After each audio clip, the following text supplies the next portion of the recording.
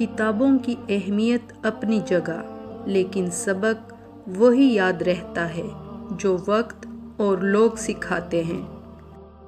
اپنے خلاف باتیں خاموشی سے سنتا ہوں، جواب دینے کا حق وقت کو دے رکھا ہے۔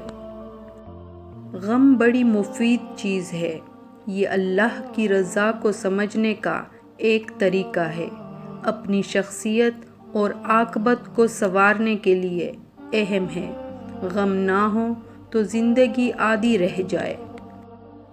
کچھ زخم کبھی نہیں بھرتے، بس انسان وقت کے ساتھ ان کو چھپانے کا سلیقہ سیکھ جاتا ہے۔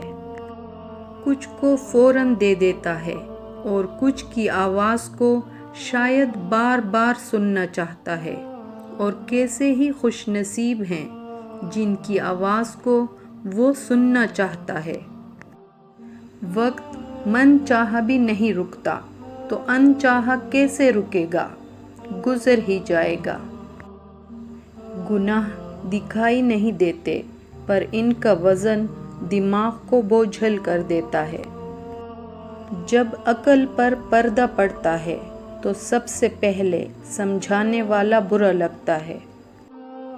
تمہیں اندازہ بھی نہیں ہوتا اللہ پاک تمہاری اکثر خواہشات کو رد کر کے تمہیں کتنے عذاب سے بچا لیتا ہے۔ جو شخص نکتہ چینی کے موڈ میں رہتا ہے اور دوسروں کے نقص نکالتا رہتا ہے، وہ اپنے آپ میں تبدیلی کی صلاحیت سے محروم ہو جاتا ہے۔ خود غرض لوگ رشتوں کو نبھاتے کم اور آزماتے زیادہ ہیں۔ انہیں منزلوں کی کیا خبر جنہیں راستوں سے عشق ہو۔ تنقید کرنے والوں کو مطمئن کرنے کے لیے اگر آپ پانی پر چل کر بھی دکھائیں، تب بھی وہ یہی کہیں گے کہ تیرنا نہیں آتا اس لیے چل رہا ہے۔ اگر اس دنیا میں خوش رہنا ہے تو یہ بات جان لو کہ تمہارے رونے سے کسی کو کوئی فرق نہیں پڑتا۔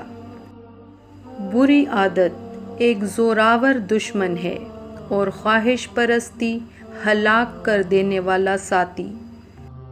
جس نے تمہارے ساتھ برائی کی ہو، اس کے ساتھ احسان کر کے اسے بدلہ دے دو، کیونکہ احسان بدزبانوں کی زبان بند کر دیتا ہے۔ کوئی کسی کا منتظر نہیں ہوتا، ہم خود کو بے وقوف بناتے ہیں۔ منزل کو خبر بھی نہیں کہ سفر نے کیا کیا چھینا ہے ہم سے۔ ہمیشہ خوش رہیں اور ہمیں اپنی دعاؤں میں یاد رکھیں۔